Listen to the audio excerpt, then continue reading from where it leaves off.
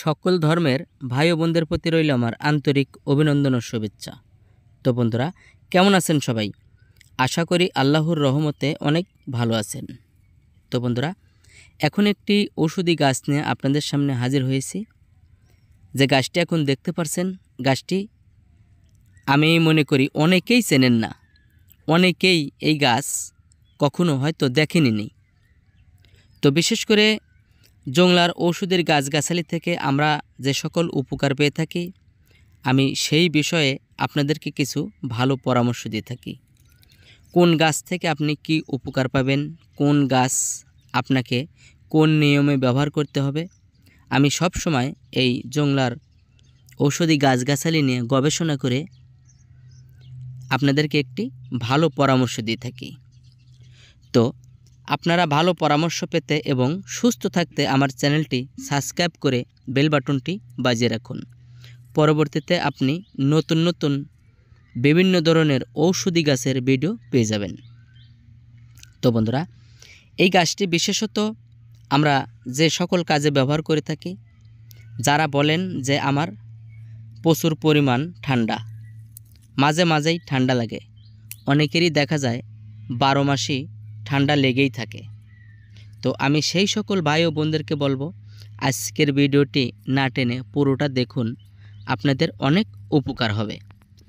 তো এই গাছটি কিন্তু আমরা আমাদের গ্রামের ভাষায় বাকসি গাছ, কেউ বলে কাজবাকস বলে থাকি। হয়তো আপনি কোন এলাকা, কোন ডিস্ট্রিক্ট থেকে দেখছেন, আপনার এলাকায় কী নামে পরিচিত আমার কমেন্টে জানাতে ভুলবেন না। তো বন্ধুরা, এই বাকসি গাছের পাতা যদি আপনি ছেঁচে রস তৈরি করে যদি নিয়মিত 7 দিন খেতে পারেন, ইনশাল্লাহ আপনার যত বড়ই ঠান্ডা হোক না কেন, 7 দিনে আপনার ঠান্ডা শরীর থেকে নির্মূল হয়ে যাবে। আপনি অনেক নামি দামি ওষুধ খেয়েছেন, কিন্তু আপনার ঠান্ডা সারে না। তো বন্ধুরা, এই পাতাটি খাওয়ার কিন্তু একটি নিয়ম রয়েছে। আপনি 2 থেকে 3টি পাতা তুলে নেবেন, এই গাছ থেকে ছিঁড়ে নেবেন। ছিঁড়ে নিয়ে আপনি ভালো পানি দিয়ে পরিষ্কার করে ধুয়ে যে কোনো পাটা অথবা ফেঁড়ার উপরে রেখে এটাকে ছেঁচে পিষিয়ে 4 চামচের 1 থেকে 2 চা চামচ পরিমাণ রস তৈরি করবেন। রস তৈরি করে আপনি এর মধ্যে 1 থেকে 2 চা চামচ পরিমাণ মধু দিয়ে নেবেন।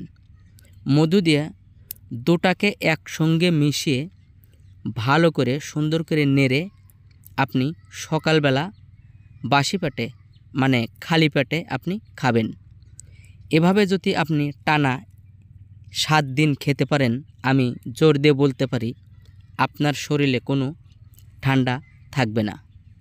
তো বন্ধুরা, নতুন নতুন ঔষধি গাছের ভিডিও পেতে আমার চ্যানেলটি সাবস্ক্রাইব করে আমাদের সঙ্গেই থাকুন। ভিডিওটি ভালো লাগলে একটি লাইক দিতে ভুলবেন না। তো ভালো থাকুন, আল্লাহ হাফেজ।